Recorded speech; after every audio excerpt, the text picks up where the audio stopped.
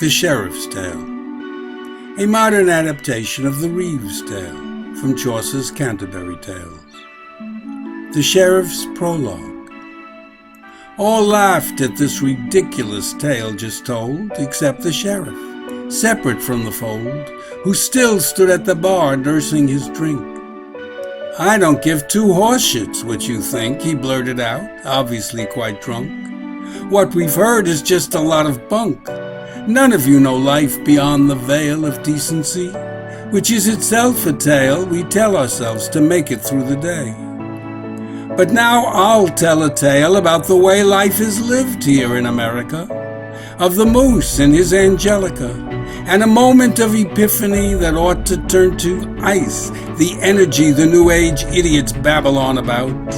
This will shut them up, I have no doubt." "Now just hold on," the bartender complained. "The point of this is to be entertained. Tales ought give us truth admixed with play, so we have art instead of every day."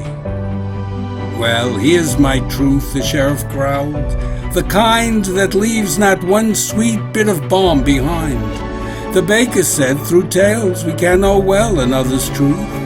So welcome to my hell. It's what life is like in our time, as Christianity gives way to crime, and drugs become the quintessential good investors can make profits on. I would not want you to go on with shuttered eyes, so here's the truth I live, with no disguise." The Sheriff's Tale. Once there was a dealer in hard drugs who used to kill his enemies with hugs. He'd snap your backbone like a walking stick, or merely crush your ribs and make you sick. They called him in the neighborhood the Moose, because he was as big as a caboose. 6'6", 350 pounds, all muscle, and his avarice knew no bounds. He'd always shortchange customers on weight, and any who complained soon met their fate within the jaws of death that were his arms. Among his many other well-known charms was his jealousy about his wife, the one soft spot in his granitic life, whom like a vicious dog he would protect, warning away all who would inspect her opulent treasures, openly displayed, so all would know where he alone could wade. She loved him too, her mountain of a man, and often passion strongly in her ran. But she knew well how well to stoke his fire, and then as well to satisfy desire. So these two would several times a day be at it like two pigeons hard at play. This moose's wife was named Angelica, an angel to him, and in character he was a god to her, both strong and wise, Colossus that bestrode her paradise. One day, a dealer that the moose supplied sent two couriers to go inside the moose's house to watch him weigh the stuff and make sure that for once they got enough. For everyone knew well the moose would weigh his finger with the stash they had to pay for by the ounce. So these two men intended to see that they received what moose contended. Al and John they were, two tough young birds. When they came, the moose and they had words, they insisting that they had to stay while moose their many purchases would weigh. The moose insisting he had naught to hide, eventually allowing them inside. As he weighed, Moose bragged about his wife, how she was the story of his life, how hot she was, and what she oft would do to pleasure him. But these young toughs well knew the strategy, to make them look at her when she came in, at which time Moose could err a bit here and a bit there in his favor, while they his wife's sweet hanging fruit would savor, looking where their real concern was not. Among the stories told to make them hot, Moose described each afternoon's delight.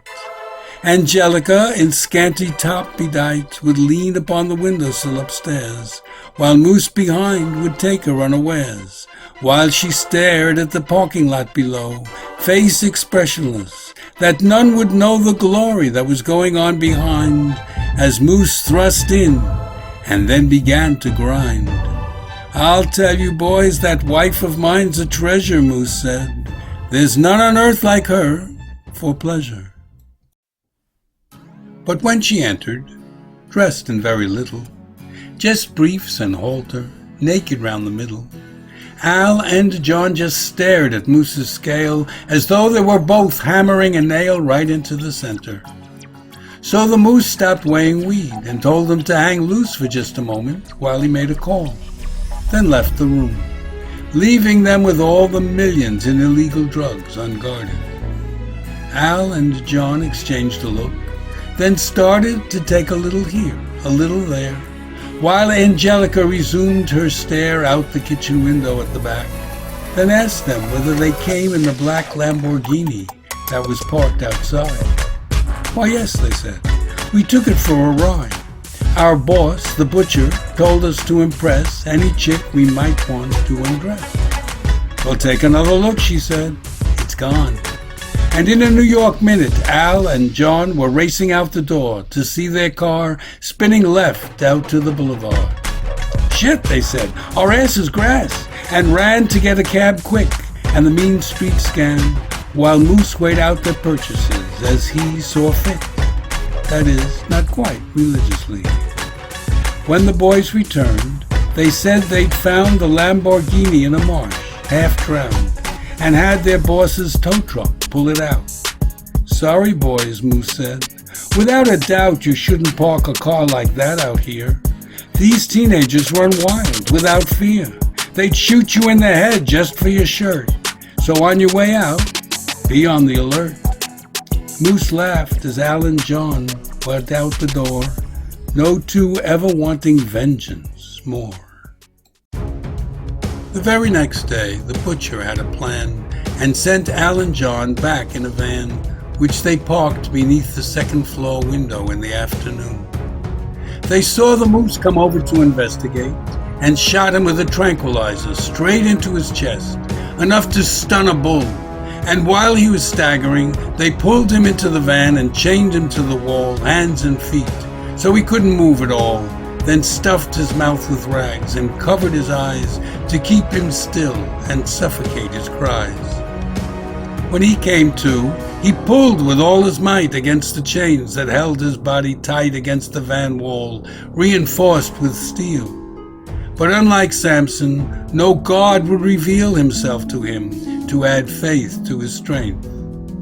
So even Moose was forced to yield at length and hang like meat, defeated from the wall, while Al told him in vivid detail all that was to follow, so that he might suffer the full torment that this hell had to offer. And when Al made the horror of it clear, he slashed the Moose's throat from ear to ear. Next, John slipped inside the unlocked door and quietly tiptoed to the second floor, where Angelica was in the shower, preparing for the still-appointed hour when Moose would take her from behind, while she stared out upon the world expressionlessly.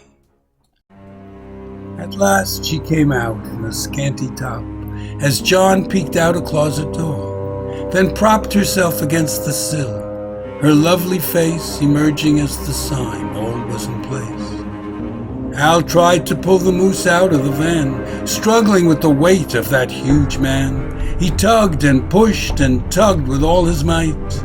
Even dead, the Moose put up a fight, afraid he'd be too late, while John above entered the sweet precincts of his dove, feeling her wet passion as she came against him, muttering the Moose's name, by which time Al had got the Moose around far enough to dump him on the ground.